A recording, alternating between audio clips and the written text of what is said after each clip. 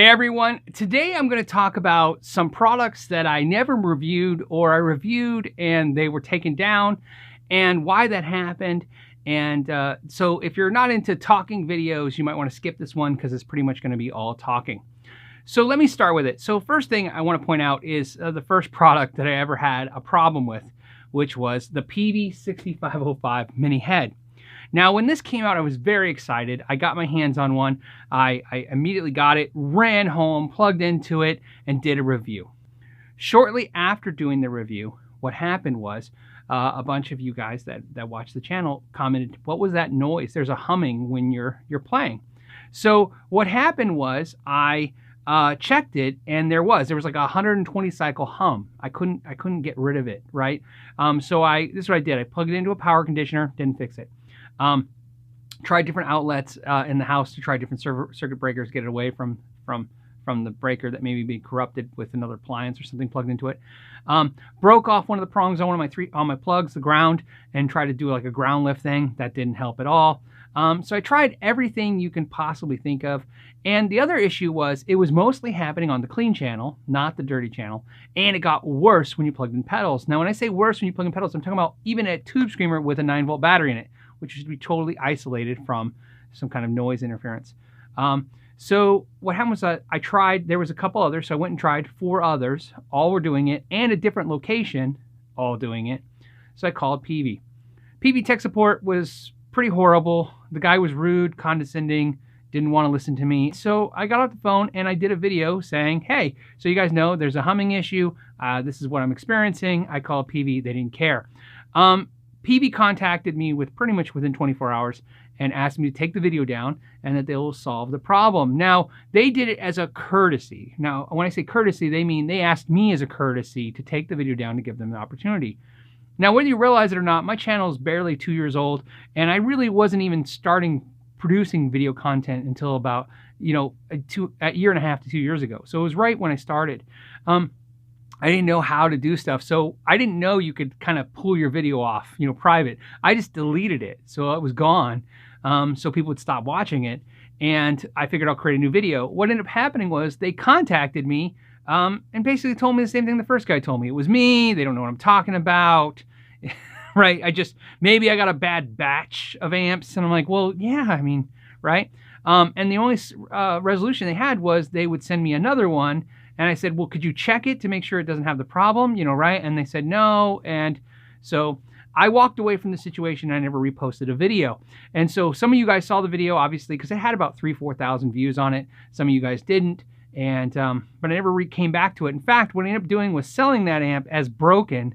And I lost money on that deal, of course. And then I recently, within the last couple months, through an issue where PV owed me some money, I got this one again. And so I'm planning to do a review of it now. Maybe if you guys are interested, put that in the comments. I'll come back to it and check. As far as I can tell, this one kind of does it too, just not as bad as I remember. But again, I'm doing it off memory. So long story short, that's why no review of that amp by itself. The next product I never reviewed was the Petals Edistortion and Dark Light pedals. Now, Petals is a really cool company, and they reached out to me, and they sent me 4 pedals, and they sent a bunch of YouTubers these pedals. And I really wanted to put my heart and soul in it, so I did 2 reviews of the 2 I really liked. I liked those pedals. I thought they were really cool, so I reviewed them. They were the 2 non-distortion type pedals, and I gave them away to the patrons, and I kept telling myself I'm going to eventually review these, and what I've really come to the conclusion is I'm not. But I am going to give these 2, the Dark Light and the Edistortion, to the Patreon members, so I'll be doing that on the Patreon site. I'm not going to do a review because, again, it's not a bad pedal. There's nothing quality wrong with it. It's just not my cup of tea. I can't really do anything to get excited about it. All I could do is just play a couple chords and say, here it is. Not every distortion pedal is going to appeal to everyone. If you have one of these, you may like it. Put that in the comments. If you have this of the Dark Light and you like it, tell me what you like about it. Maybe I'm missing something, but I have definitely had them for a while, and I have put a lot of time and energy into playing them. I've definitely played them both for hours and hours, and that's no exaggeration, trying to fall in love with them. And at some points, I thought I liked them a little bit, but I realized it's just not my cup of tea. But I want to thank Petals for the rest of the pedals, and and I hope you enjoyed those videos because, like I said, those products were pretty cool. but these I'm going to go ahead and just move on with. The next product I didn't do a review of is the new Mustang GT. I got one and I brought it home and instantly was not enjoying it. And let me tell you why. There's a couple of reasons. One, it was an improvement of my Mustang I already have. I have the Mustang 3 and I enjoy it. I don't even have the V2, I have the V1. And I enjoy that amp. It's something I use for practice quite often. Sometimes I like the Champion 40 better because I have one of those as well. But either way, I like that amp. When I tried the new Mustang GT, there was nothing about it. Here's what it felt like to me. Regardless of the sound quality, which I can't say is better or worse, it's just, you know, right, maybe par. I don't know, everybody's ear is different. But I will tell you what I didn't like. I feel like the things I care about, which is having in a multi-amp like that where I have multi-sounds, I want more sounds. And I feel like I got less sounds and more options I don't care about. I really don't care about Wi-Fi. Now, does that make that bad? No. If you care about those kind of functions and that's an asset to you, then that's the product for you. For me, the Mustang GT fell short because it was just this product that was geared towards someone who wants to play with their phone and their tablet and do all this stuff. And that's just really not my thing. You know, right? Like I said, I had no issues with the Mustang that I have. If they would have just made that sound a little better, went to the next level of improvement of sounds, I think I would have appreciated that more. Now, the next product I haven't reviewed is the Supra Amps. And the Supra Amps are interesting because I know if you've been watching the videos for any length of time, you know there's been some Supras in the background. I've had at least a couple of them. And this is where it started. I got my hands on 4 of them. So I had the Saturn.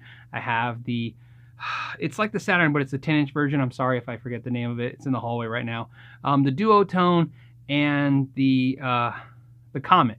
So here's what happened. I liked the Comet. I thought that was my favorite. And then I kept ping-ponging around, right? Each one trying to figure out which one I liked. What I ended up doing was liking the dual tone, okay? Here's the problem, though. I had the dual tone, and I go, you know, it doesn't have reverb, and that was a big deal for me. I wanted reverb, but this thing just sounded the best to me. I was playing it, I was enjoying it, and I was like, this could be my new main amp. And then after about a day or two, the tremolo stopped working. And so I contacted Supra and they said, yeah, it needs to come back for repair.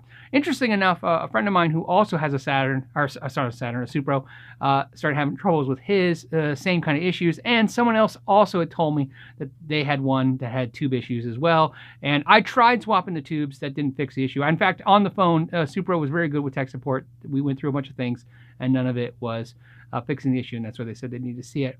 So I didn't review any of the Supra amps because where I landed was this one. It doesn't work, and I keep telling myself I'm going to have it fixed, but I work a lot of hours. I'm very busy during the week, and sometimes on the weekend is where I have some, I don't want to say free time, but some time to get some stuff done, and companies like this are closed. So that's where I am with that. That's why you never got to review a Supra. Sometimes defective products happen. It's just something that happens, and it really hunks up, you know, messes up the review process. This one is a really big fiasco. It's my biggest fiasco on YouTube to date. Mono sent me a gig bag.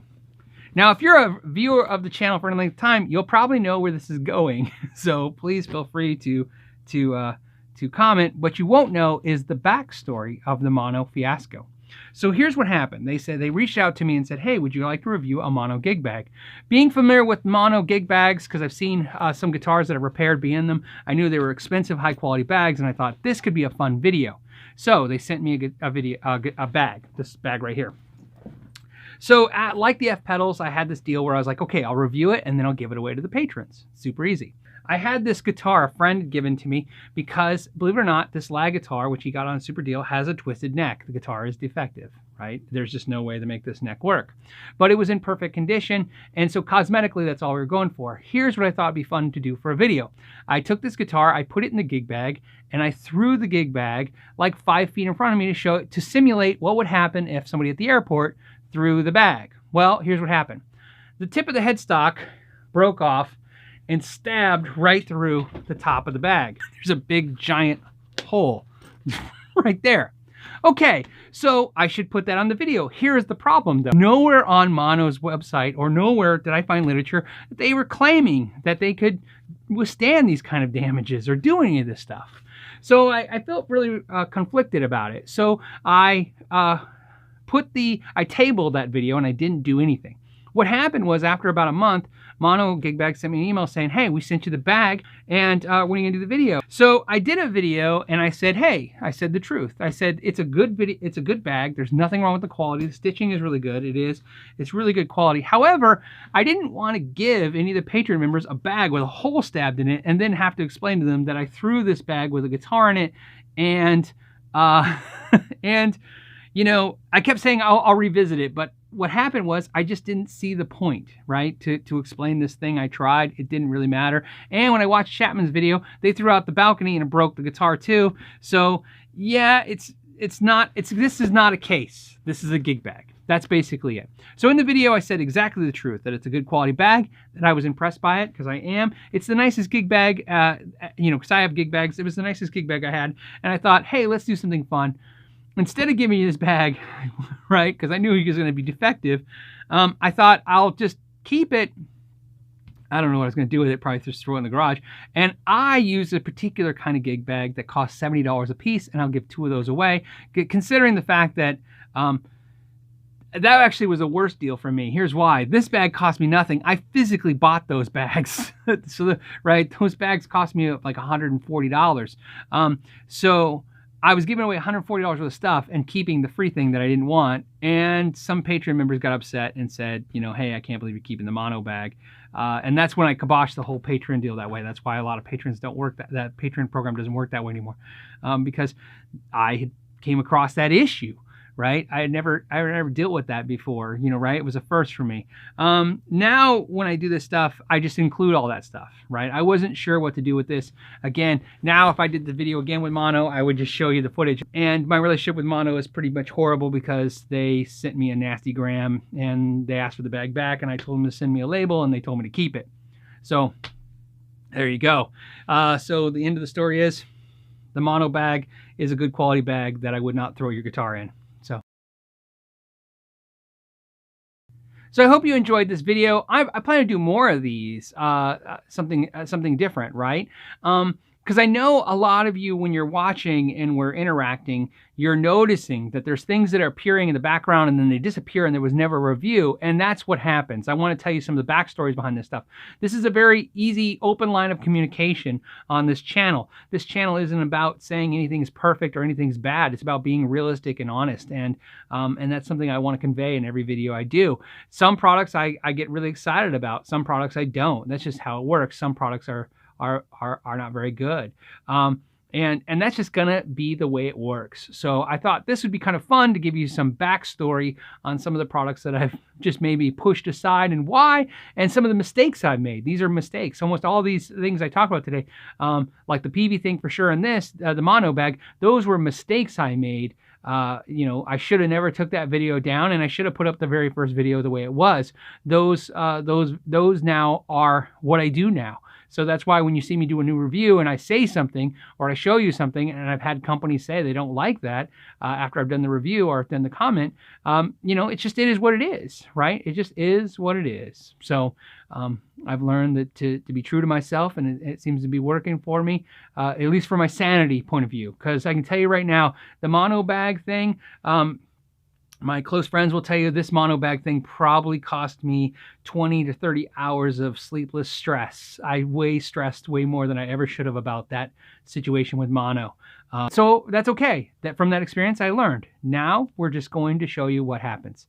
So there you go. So if I run over something and it works, it works. If it doesn't work, it doesn't work. If I break a string and it works, it works.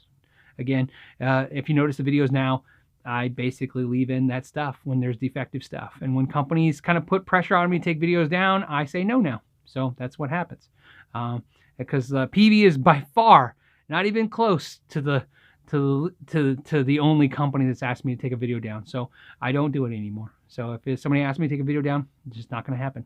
All right, guys. I know I told you this is going to be a chatty video. It is.